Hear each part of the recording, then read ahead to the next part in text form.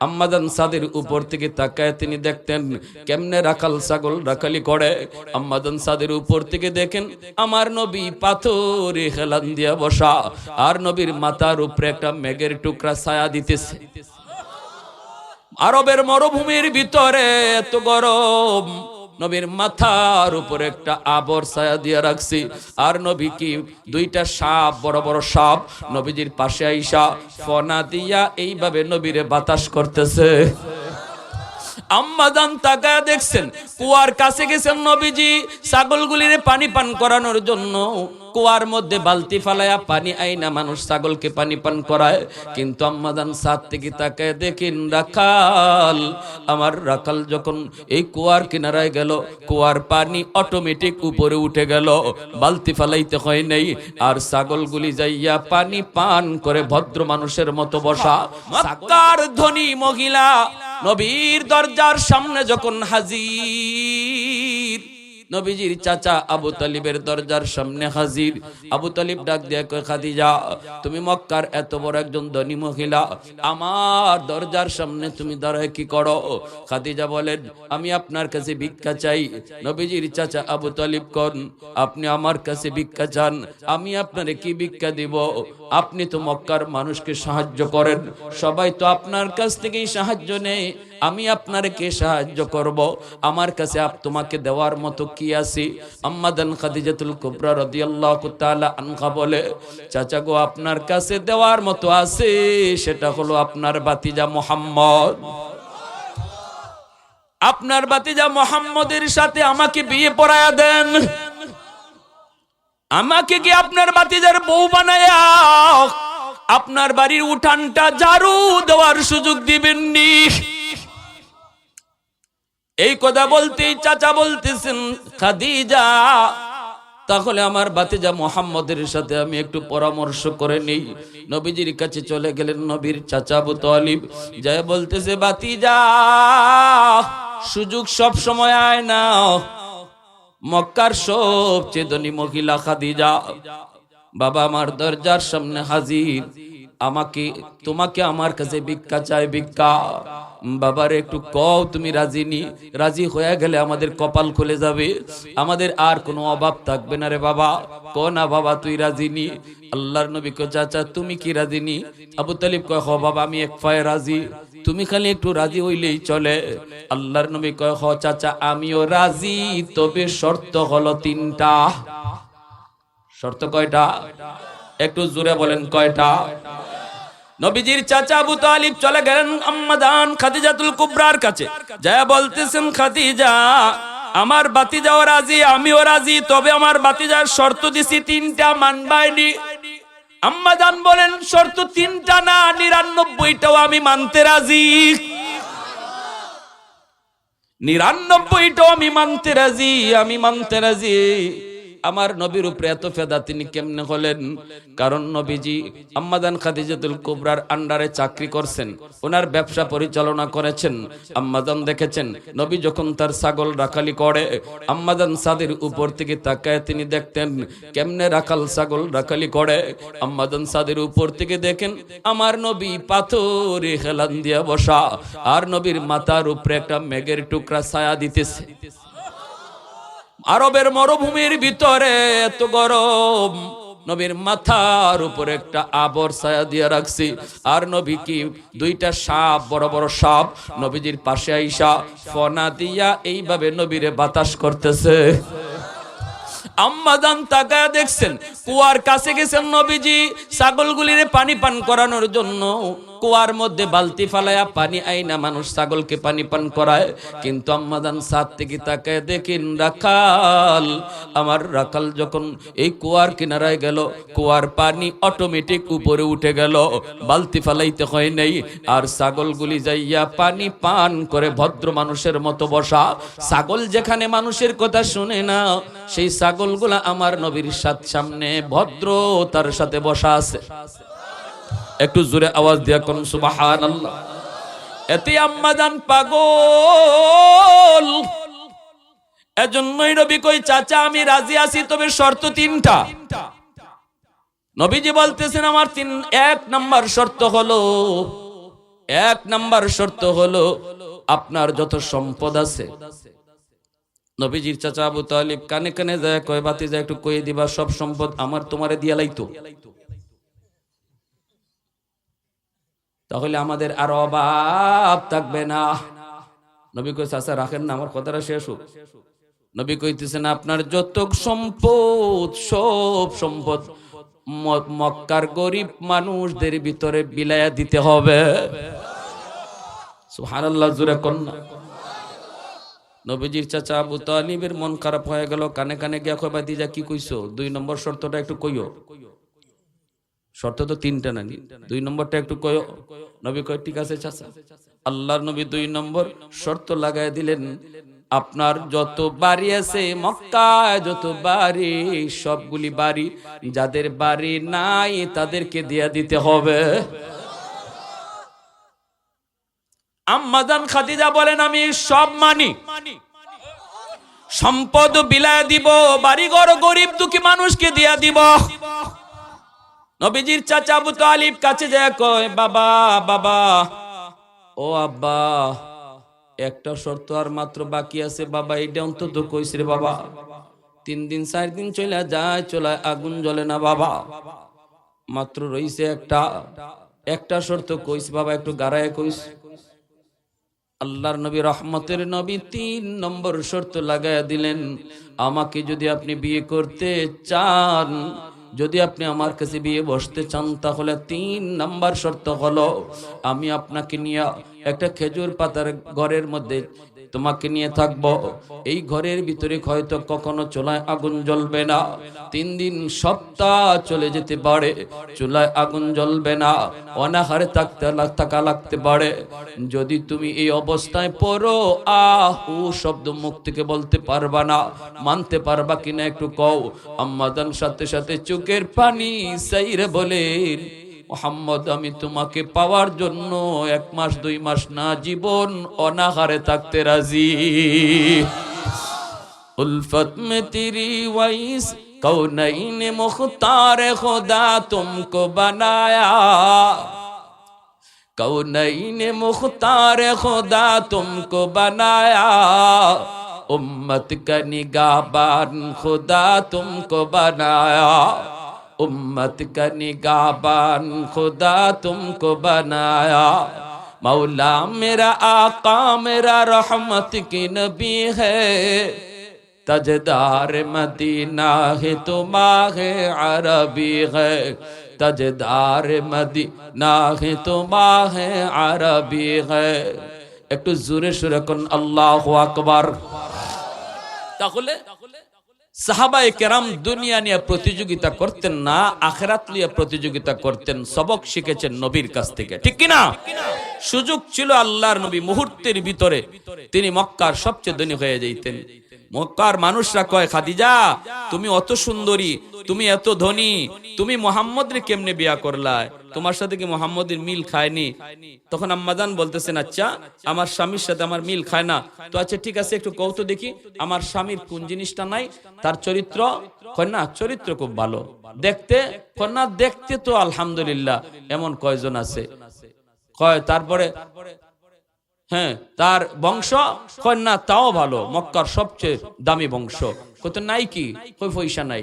আম্মাজান কইতে নাও পয়সা যখন নাই কও, আমার যত পয়সা আছে যত সম্পদ আছে সব আমি আমার স্বামীরে দিয়া দিলাম, আমার স্বামী যারে খুশি তারে দান করবে, এবার কও আমার স্বামী কেমন? সুবহানাল্লাহি ওয়া বিহামদিহি সুবহানাল্লাহ। আল্লাহর রাসূল আম্মাজানের এত সম্পদ, মক্কার এমন কোন মানুষ নাই যে আম্মাজান খাদিজাতুল কুবরা রাদিয়াল্লাহু তাআলা আনহার কাছ থেকে কোনো সাহায্য পায় নাই। এমন পৃথিবীতে 3 জন সুন্দরী নারী ছিলেন, এর ভিতরে একজন আম্মাজান খাদিজাতুল কুবরা রাদিয়াল্লাহু তাআলা আনহা। পৃথিবীতে বিশ্ব সুন্দরী 3 জন, এর ভিতরে একজন আম্মাজান খাদিজাতুল কুবরা রাদিয়াল্লাহু তাআলা আনহা, যাকে বিয়ে করার জন্য 2টা স্বামী মারা গেছে আগে, এরপরে বয়স হয়ে গেছে 40-এর উপরে, তারপরও মক্কার বড় বড় ধনীর ছেলেরা, ধনীর লোকরা তারা লাইন ধরা বিয়ে করার জন্য তিনি বলেন আমি আর বিয়ে করব না। সিদ্ধান্ত নিয়েছিলেন বিয়ে করবেন না, কিন্তু আমার নবীকে দেখার পর আর আমার নবীর এই মুজিজা দেখার পর, নবীর চরিত্র দেখার পর, নিজের চোখে দেখার পর আল্লাহর নবীর উপরে তিনি মস্ত হয়ে গেলেন, আশিক হয়ে গেলেন। রাসূল করিম সাল্লাল্লাহু আলাইহি ওয়াসাল্লাম তিনি বলেন, জানোনি প্রতিদিন জমিন আল্লাহর কাছে আবদার করে, মালিক অনুমতি দাও, অনুমতি দাও। এই যে আজমেরীগঞ্জের জমিনও আবদার করে, আলা কুল্লা ইয়াউমিন ওয়াল আরদা ইস্তাজিলু রাব্বাহু ওয়াল মালাইকাতু ইস্তাজিলু রাব্বাহু। জমিনে কয় আবদালু ইবনা আদম ফি কারি, আল্লাহ অনুমতি দাও, নাফরমানগুলিকে আমি গিলে ফেলি, সুদখোরকে আমি জমিন গিলে ফেলি, বেরোজদারকে আমি জমিন গিলে ফেলি। আল্লাহ দেখো না রোজার মাসটা কেমনে ঘর থেকে খাইয়া বাইরেছে, মানুষে তারে বুঝে না, কিন্তু আমি জমিন তো জানি সে কত বড় নাফরমান। আমি জমিন আর তার পায়ের বোঝা কত নিব গো আল্লাহ, কত আর আমি তার পায়ের বোঝা নিব, অনুমতি দাও, অনুমতি দাও, এই নাফরমানকে আমি জমিন গিলে ফেলি। আল্লাহ পাক রব্বুল আলামিন তখন বলে, আরে জমিন থাম, আরে জমিন ভালো করে শুন, আমি আমার বান্দা বান্দির গুনাহ সম্পর্কে ভালো করে জানি। আমার বান্দারা এই জমিনের ভিতরে কত গুনাহ করে, কত অন্যায় করে, কত অত্যাচার করে, কত জুলুম করে, আমি সব দেখি, সব জানি। এরপরও আমি কেন ধরি না জানুনি? কারণ এই মানুষকে আমি আল্লাহ আমার নিজের হাত দিয়া বানাইছি। আসমান আল্লাহ বানাইছেন কুন ফায়াকুন বইলা, জমিন আল্লাহ বানাইছেন কুন ফায়াকুন বইলা, ফেরেশতা আল্লাহ বানাইছেন কুন ফায়াকুন বইলা। ফেরেশতা বানাইতো আল্লাহ হাত লাগায় নাই, জমিন বানাইতো আল্লাহ হাত লাগায় নাই, আসমান বানাইতো আল্লাহ হাত লাগায় নাই, কিন্তু আল্লাহ বলে খালাকতু বিয়াদাইয়া, এই মানুষ বানাইতে আমি আল্লাহ আমার নিজের হাত লাগাইছি। কারণ এই মানুষ এই কপাল দিয়ে আমার কদমে সেজদা দিবে, হয়তো আজকে সেজদা দেয় না, কালকে সেজদা দিবে, ফজর পড়ছে না, জোহরে আইসে সেজদা দিবে, জোহর পড়ে না, আসরে আইসা হয়তো সেজদা দিবে। আল্লাহ কয় এখনো বুঝে না, হয়তো কোন মাহফিলে গিয়া কোন একজন আল্লাহর ওলির কথা শুই না, কখন জানি আমার বান্দা চোখের পানি ঝরায়া আমি আল্লাহর কাছে তওবা করে ফেলে, তখনই তো আমি তার উপর এমন খুশি হই, গুনাহ যদি সাগর পরিমাণ হয়, সাগর পরিমাণ নেকি আমি বানায় দে। এ ভাইরা বন্ধুরা, হযরত ওমর বলতেছেন, ভাই আবু বকর রাজিনী, আবু বকর কই চলো আমরা নবীর কাছে যাই, যাই আল্লাহ নবীকে জিজ্ঞেস করি, নবী গো ওই রাতে আমার কি পরিমাণ নেকি হয়েছে? আল্লাহ নবী কই কেন? উমরের আমার সাথে তার জীবনের নেকি বদলা বদলি করতে চায় গো নবী, উমর তার জিন্দেগির সব নেকি আমাকে দিতে চায়। উমরের জীবনের নেকি কি পরিমাণ? রাসূল কয়, ও আয়েশা আকাশে নক্ষত্রগুলা দেখতেছো নি, তারা তুমি দেখোনি? আম্মাদান কয় হ গো নবী দেখতেছি তো। নবী কয় তারা গনতে পারবানি? আম্মাদান কয় অসম্ভব, তারা তো গোনা যায় না। রাসূল কয় আমার একজন সাহাবী আছে যার নেকি তারার চেয়েও বেশি। আম্মাজান তখন কয় নবী গো নাম কি? আম্মাজানের মনের ভিতরে ছিল আবু বকরের নামটাই তো নবী বলবে, কিন্তু নবী কয় জানোনি সে হলো আমার উমর ফারুক রাদিয়াল্লাহু আনহু। আম্মাজানের মনটা একটু খারাপ, মনে করছেন বাবার নামটা রাসূল বলবেন। এইবার নবী কয় আয়েশা মনটা খারাপ, মনে করছো তোমার বাবার নাম বলবো, তোমার বাবার নেকি কি পরিমাণ জানোনি? জানোনি কি পরিমাণ নেকি? এই যে নবী বলতেছেন আবু বকর এক রাতের নেকি উমর চায়, জীবনের নেকি তোমাকে দিতে চায়। আমি বলি শোনো, তোমার এক রাতের নেকি যদি এক পাল্লায় রাখা হয়, আল্লাহু আকবার জোরে বলো, ওই দিনে তোমার এক রাতের নেকি যদি এক পাল্লায় রেখে দেওয়া হয় আবু বকর, আর উমর সহ গোটা উম্মতের নেকি যদি এক পাল্লায় রাখা হয়, তোমার পাল্লা ভারী হয়ে যাবে। মুসলমানের আওয়াজে কও না সুবহানাল্লাহ, আরো জোরে আল্লাহু আকবার, হয় নাই আরো জোরে আল্লাহু আকবার। सिद्दीक तेरा नाम से इस्लाम रखेगा, सिद्दीक तेरा नाम से इस्लाम रखेगा, दुनिया की सदाकत में तेरा नाम रखेगा, दुनिया की सदाकत में तेरा नाम रहेगा, फारूक तेरा नाम से इस्लाम रहेगा, दुनिया की अदालत में तेरा नाम रहेगा, दुनिया की अदालत में तेरा नाम रहेगा, उस्मान तेरा नाम से इस्लाम रहेगा, दुनिया की सखावत में तेरा नाम रहेगा, हैदार तेरा नाम से इस्लाम रहेगा, दुनिया की शजाअत में तेरा नाम रहेगा, मुआविया तेरा नाम से इस्लाम रहेगा, दुनिया की सियासत में तेरा नाम रहेगा, दुनिया की सियासत में तेरा नाम रहेगा। मुसलमानेर आवाज़े बोलें अल्लाहु আকবার, आरो जोरे अल्लाहु আকবার। মক্কার কাফিররা যখন আল্লাহ কইছে আমার নবীর সাহাবীদের মতো ঈমান আনো, মক্কার কাফিররা কয় আমরা কি নির্বুদ্ধের মতো বুকাদের মতো আমরা ঈমান আনবো? সাহাবায়ে কেরামরে বুকা কইছে, নির্বুদ্ধ কইছে। আল্লাহ কয় বন্ধু তোমার সাহাবীরে যারা নির্বুদ্ধ কয় জবাব তুমি দিও না, এই গালির জবাব আমি আল্লাহ দিতেছি। আলা ইন্নাহুম হুমুস সুবাহা, আল্লাহ বলে আমি বলতেছি আমার নবীর সাহাবীরা নির্বুদ্ধ না, যারা নির্বুদ্ধ কয় এরা নির্বুদ্ধ, যারা বুকা কয় এরা বুকা। সাহাবায়ে কেরামকে যদি কেউ গালি দেয় আল্লাহর সুন্নত হেরে গালি দেওয়া, সাহাবীরে যে যেরকম গালি দিব হেরে এরকম গালি দেওয়া, এটা আল্লাহ শিখাইয়ে দিচ্ছে। সব জায়গায় গালির জবাব দিতে কিন্তু আল্লাহ না করে। দেখছেন আল্লাহ কয় যদি জাহিলে তোমারে কথা কয়, কোন মূর্খ যদি তোমারে গালি দেলায় তুমি সালাম দিয়ে যাইউগা। আল্লাহ পাক কয় ইবাদুল্লাহ, ইবাদুর রহমানের প্রশংসা আল্লাহ এই কথা বলছে, ওয়া ইযা খাতাবাহুমুল জাহিলুনা ক্বালু সালামা, কইলো দুধ বেটা তোর সাথে আমি মাতি না, যা বেটা গালাগালি করিও না, এটা ভালো না। কিন্তু এই জায়গায় আল্লাহ কয় যখনই আমার নবীর সাহাবীদের কেউ গালি দিব তখন আর নীরব থাকো না, ইগানো আর সুফিগিরি চলে না, গালি সময় মতো দেওয়াও সওয়াব। সাহাবীদেরকে যদি কেউ গালি দেয় তুমি উল্টা গালি দিতা, এটা তখন সওয়াব হয়ে যায়।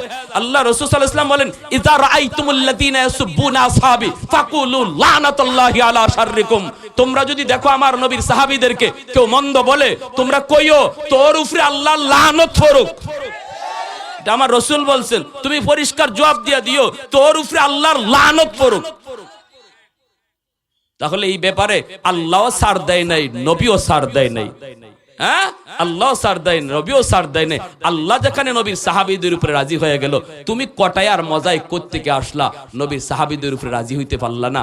আল্লাহ কয় আমি রাজি, আর তুমি কও আমি রাজি না। কি ভাই বলেন? সাহাবায়ে কেরামের মতো। এজন্য আল্লাহ রাসূল বলেছেন আমার একজন সাহাবীর যদি অনুসরণ করো তোমরা হেদায়েতের রাস্তা পাইয়া জান্নাত পর্যন্ত পৌঁছে যাবা। সাহাবায়ে কেরামের মতো জীবন গঠন করতে কারা কারা তৈয়ার আছেন? হাত উঠায় দেখান। আল্লাহ কবুল করো, জোরে বলেন আমিন, আরো জোরে বলেন আমিন, আরো জোরে আমিন।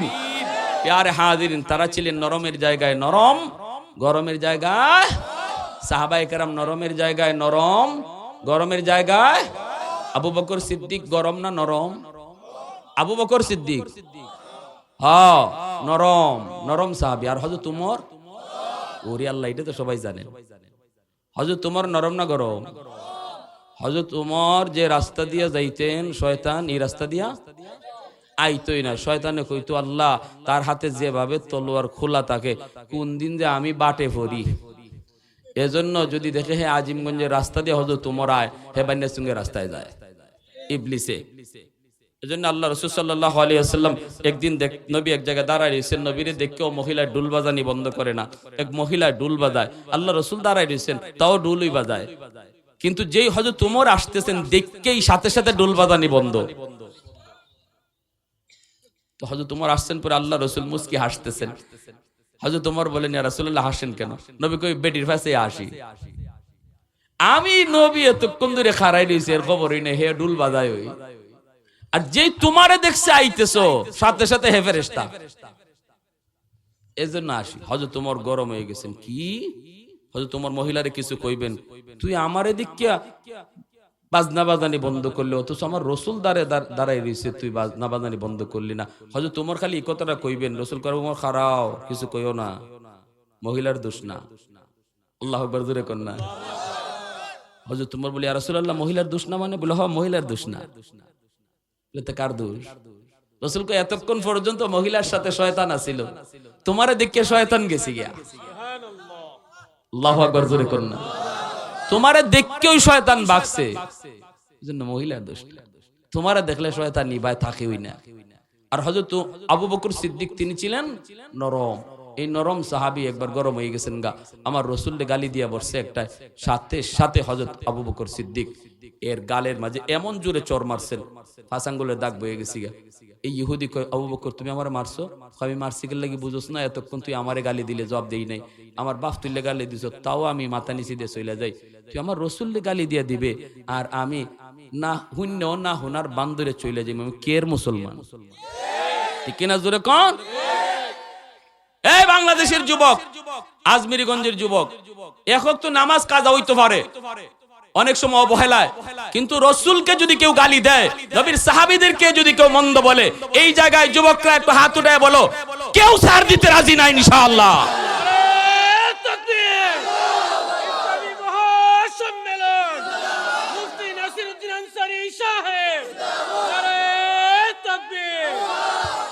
ভালো করে শুনবে, এটা আমাদের ঈমান, সাহাবায়ে কেরামের প্রতি মহব্বত, এটা মুসলমানের ঈমান।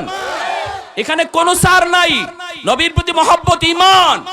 আমার নবীকে অনুসরণ করব, নবীর সাহাবীদেরকে অনুসরণ করব। কোন কোন জায়গায় শুধু সাহাবীর অনুসরণ থাকবে, নবীর অনুসরণ করার সুযোগই থাকবে না। কারণ তুমি তো গুনাহ করো, তুমি তো চুরি করো, আমি তো মিথ্যা কথা বলি, আমি তো জিনা ব্যভিচার করি, নবীর অনুসরণ এখানে করবা কি কইরা? আমার নবী তো জীবনে মিথ্যা বলেনি নাই, তাহলে মিথ্যা বলার পরে কি করতে হয়? আমার নবীর জীবনে খুঁজে পাইবা না, যদি পাইতে হয় সাহাবীর জীবন তালাশ করো, সাহাবীর জীবন তালাশ করো, নবীর জীবন খুঁজলে পাইবাই না। জিনা করার পরে কি করতে হয়, মিথ্যা বলার পরে কি করতে হয়, এটা তুমি খুঁজলে পাইবা না। তালাশ কইরা পাইবা সাহাবীদের জীবনে। কি পাইবা? যে দেরি করেন নাই, সাথে সাথে তওবা করে নিছেন, দেরি করেন নাই, সাথে সাথে তওবা করে নিছেন।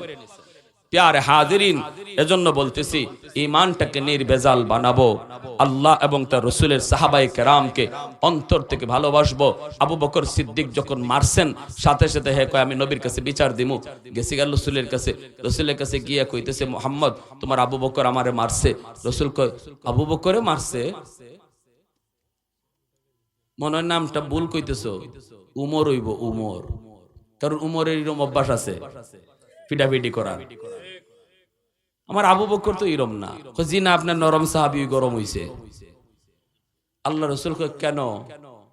আমার আবু বকর তো সহজে গরম হয় না, তুমি করছো কি তা? কয়, কোনটা করছি না? দেখছেন নি কেমন ডাকাইতে ডাকাইত। বেঈমান হল এরা, বিপদে পড়লেই মিথ্যা কথা কয়, ঠিক না? বিপদে পড়ে গেলেই মিথ্যা কথা কয়। যখনই আন্তর্জাতিক ভাবে চাপ দেয়, কেন শিশু মারতেছো, গাজায় কেন শিশু হত্যা হচ্ছে, 12,000 শিশুকে খুন করা হলো, কেন হাসপাতালে হামলা হলো, তখনই ওই বেঈমান ইহুদির দলে কয়, ওই ইসরায়েলের নেতানিয়াহু কয়, না না, আমরা তো হাসপাতালে মারছি না, এটা কেডা মারছে তদন্ত করা লাগবে। এত বড় ধোঁকাবাজির ইতিহাস, ইহুদিদের ইতিহাস, ধোঁকাবাজির ইতিহাস, বেঈমানদের ইতিহাস, মুসলমানদের ইতিহাসে ধোঁকাবাজি নাই। এপ্রিল ফুল তালাশ করে দেখো কিভাবে লক্ষ লক্ষ মুসলমানকে সাগরে ডুবাইয়া মারছিল। কইছিল, তোমরা যাও, জাহাজে করে গেলে তোমাদেরকে অন্য দেশে পাঠাইয়া দিমু, ওই যে রানী ইসাবেলা। কিন্তু যখন জাহাজে উঠছে মুসলমানরা, এই জাহাজটা সাগরের মাঝখানে এনে ডুবাই দিছে। তাহলে ধোঁকাবাজি সব বেদিন বেঈমানদের ইতিহাস। আবু বকর সিদ্দিক রাদিয়াল্লাহু তাআলা আনহু মারছেন, হে কইতেছে, কয় হ্যাঁ বলে কোনটা কইছই না। তখন আল্লাহ রাসূল কয়, কই মারছে? বলে গালো। আল্লাহ রাসূল দেখেন, ও গালের মাঝে এখনো আঙ্গুলের দাগ আছে। বুঝেন শটটা কি যাচ্ছে রইছে, কি বুঝেন? হ্যাঁ, নরম হাত যদি গরম হয়, বুঝেন কেমন হয়। হুজুররা হাত তুলে না, হুজুররা মাঠে নামে না। হুজুররা যদি মাঠে নামে, কেন নামে? এমপি মন্ত্রী অওয়াল লাগে না, হুজুররা নামে আল্লাহ রাসূলের সম্মান রক্ষার জন্য। তখন এই নরম হাতের পিছনে একটা গরম হাত থাকে, সেই হাতটা কার? জোরে বলেন কার? আল্লাহর হাত থাকে। সাথে সাথে আবু বকর সিদ্দিক রাদিয়াল্লাহু তাআলা আনহুকে রাসূল ডাকলেন, ডেকে বলতেছেন, আবু বকর তুমি বলে মারছো? সিদ্দিক বলেন, ইয়া রাসূলুল্লাহ আমি মারছি। ইসা কথা কোন যাব? আমরা হইলে কইতাম কোন হালায় কইছে, হ্যাঁ খারাডু ফে মিছা কথা কইতাম। কারণ মিছা কথা আমরা লাগি ভানিবাদ, মিছা কথা না কইলে পেটের বাতি হজম হয় না। অথচ আল্লাহ রসুল কয়, সাহাবী জিজ্ঞেস করে, রাসূলুল্লাহ মুসলমানে কি চুরি করতে পারে? রসুল কয় পারে, শয়তানের ধোঁকা পড়লে পারে। মুসলমানে কি জিনা করতে পারে? রসুল কয় এটাও হইতে পারে। সাহাবী এবার প্রশ্ন করে, ইয়া রাসূলুল্লাহ মুসলমানে কি মিথ্যা বলতে পারে? রসুল কয় অসম্ভব, মুসলমান মিথ্যা বলতে পারে না। আল্লাহু আকবার। তাহলে মিথ্যা কথা কত বড় জঘন্য গুনাহ। যে মানুষে মিথ্যা কথা হাসতে হাসতে কইতে পারে, এর লাগি দুনিয়ায় কোনো কাজ অসম্ভব না, এ সব গুনাহ করতে পারে। ভালো এটা কাগজে লিখে নেন গা। যে গুণ মিছা কথা খুব সুন্দর করে বানায় কইতে পারে, এর লাগি কোনো গুনাহই গুনাহ না, সব সুজা। এটা এত বড় গুনাহ, এত বড় গুনাহ মিথ্যা কথা বলা। আবু বকর সিদ্দিক বলেন, না আমি মারছি গো রাসূল। আল্লাহ রাসূল বলে, আবু বকর আমি তো এটা কল্পনাও করছি না এই কাম তোমার, আমি ভাবছি এটা আবু উমরের। কেন মারছো? ইয়া রাসূলুল্লাহ নবী গো আমারে গালি দিছে, জবাব দিছি না। আমার বাপ তুল্লে গালি দিছে, জবাব দিছি না। এ আমারে সেতাই তো চায়, আমি তো সেতি না। কিন্তু যেই মাত্র আপনারে গালি দিছে, এটা তো আমার ঈমানের উপরে আইছে। রাসূলকে গালি দিব আর আমি আমার বাই কইয়া যাই মুগাদু, এ আমার রক্তের বাই লাগে জায়গা, এ আমার নেতা হয় জায়গা না, শূন্য না হুন্নার বান্দরে জায়গা, তাইলে তুমি তোমার নেতা লইয়া থাকতাই, আল্লাহ রসুল্লে ভাইতাই না, ঠিক কিনা? এখানে কোনো নেতাগিরি নাই, এখানে কোনো বাইয়ের রক্তের সম্পর্ক নাই, কোনো সম্পর্ক নাই। একটাই সম্পর্ক ইমানদারের থাকবে কার সাথে? আল্লাহ এবং রসুলের সাথে, ঠিক কিনা? সাথে সাথে আবু বকর সিদ্দিক বলে, ইয়া রাসূলুল্লাহ আমি মারছি। তখন ইহুদি কয় কিতা কয়, না আপনি আবু বকরের মিথ্যা কথা কয়, আমি এমন কথা কইছি না। আমি যদি কিছু কই থাকি এটা হেরে কইছি, আপনারে আমি কোনটা কইছি না। আল্লাহ রসুল কয়, আমার আবু বকর জীবনে মিথ্যা বলে নাই, কারণ তার উপাধি আল্লাহ দিছে সিদ্দিক। সুবহানাল্লাহ, জোরে বলেন। তারপরে আল্লাহ রসুল বলতেছে, আবু বকর যেহেতু মুহাম্মদুর রাসূলুল্লাহর আদালতে বিচার আসছে, সাক্ষী প্রমাণ ছাড়া রায় দেয়া যাবে না। আবু বকর তুমি যে তারে মারছো সাক্ষী লাগবে না, তার গালই সাক্ষী। কিন্তু তোমার রসুল যে গালি দিছে সাক্ষী আনো। আল্লাহ রসুল ভালো করে বুঝতেছেন সিদ্দিক আকবর এখানে সত্য, তিনি যা বলতেছেন সত্য, কিন্তু আদালত তো আদালত। যদি বিচারক রাস্তা দিয়ে কোর্টে যাওয়ার সময় এজলাসে বসার আগে নিজের চোখে দেখতে যায় একটা খুন হইছে, কেডায় খুন করছে এটা নিজেও দেখতে যায়, এরপরও বিচারক আসনে বসে চেয়ারে বসে বলতে পারবে না যে তুমি খুন করেছো আমি দেখেছি, বরং আদালতে সাক্ষীর মাধ্যমে প্রমাণ করতে হবে সে খুন করছে। কথাটা বুঝে আসছে? এটা হলো আদালতের সিস্টেম, বিচারের সিস্টেম। এজন্য আল্লাহর রাসূল বলতেছেন, আবু বকর সাক্ষী আনো। সিদ্দিক বলে, ইয়া রাসূলুল্লাহ ওখানে কেউ ছিল না গো নবী, কেউ ছিল না, আমি সাক্ষী মানবো কারে? আল্লাহর রাসূল বলেন, আবু বকর সাক্ষী যদি আনতে না পারো তাহলে মুহাম্মাদুর রাসূলুল্লাহর আদালতে রায় হলো তুমি তারে যেইভাবে চর দিছো, আজকে তোমাকেও সে এইভাবে একটা চর দিবে। সিদ্দিক আকবর আল্লাহর কাছে হাত উঠায় কয়, মালিক কেউ ছিল না, কেউ শুনে নাই, কিন্তু সব তো তুমি শুনছো গো আল্লাহ। কেউ দেখে নাই, কিন্তু সব তো তুমি দেখছো। আজকে তো আমি তোমার বন্ধুর আদালতে মিথ্যাবাদী হয়ে যাব, আল্লাহ তুমি এর ফয়সালা দাও। সাথে সাথে সিদ্দিক আকবরের অন্তরে আল্লাহ পাক ইলহাম করে দিলেন। সিদ্দিক এইবার ডাক দিয়া বলতেছে, ইয়া রাসূলুল্লাহ ঘটনাটা ঘটছে একটা বাবলা গাছের নিচে গো নবী। আমার মন বলে ওই গাছকে যদি দ্বীনের নবী তিনি সাক্ষী বানান, তাহলে গাছ আজকের মামলার সাক্ষী হয়ে যাবে। রাসূল করিম সাল্লাল্লাহু আলাইহি সাল্লাম তখন বলেন, চলো গাছের কাছে যাই। আল্লাহ নবী গাছের কাছে আইসা বলেন, এরে গাছ বল তোর নিচে কি ঘটলো, তুই কি দেখলি, কি শুনলি? আল্লাহর হুকুমে গাছের জবান খুলে গেল। ইহুদি এইবার অবাক হয়ে কয়, হায় হায় হায় হায়, আমি তো মনে করছিলাম মিথ্যা কথা বইলা পার পেয়ে যাব, এখন কোন কাণ্ড, গাছে দিয়ে আবার সাক্ষী দেয়। সাথে সাথে গাছ কয়, নবী গো, আপনার আবু বকর যা বলেছে সত্য বলেছে গো নবী, ইহুদি যা বলতেছে মিথ্যা বলেছে। সাথে সাথে ইহুদি আল্লাহর নবীর হাত ধরে মাপ চায়, কয় নবী গো, গাছে যেই নবীরে চিনলো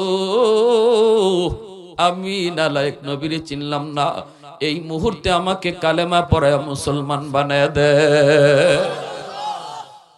তাহলে ইসলামের রুল হলো সময় মতো নরম, সময় মতো গরম। সব জায়গায় নরম হওয়া যায় না, কিছু কিছু জায়গা আছে এখানে নরম হলে ঈমান থাকে না। আল্লাহর উপরে, রসুলের উপরে, সাহাবায়ে কেরামের উপরে কোনো কথা আসবে আর আমি চুপচাপ থাকবো, এটা ঈমান চলে যাওয়ার আশঙ্কা আছে, ঠিক কিনা? আল্লাহ আমাদের সবাইকে বুঝার, সে অনুযায়ী আমল করার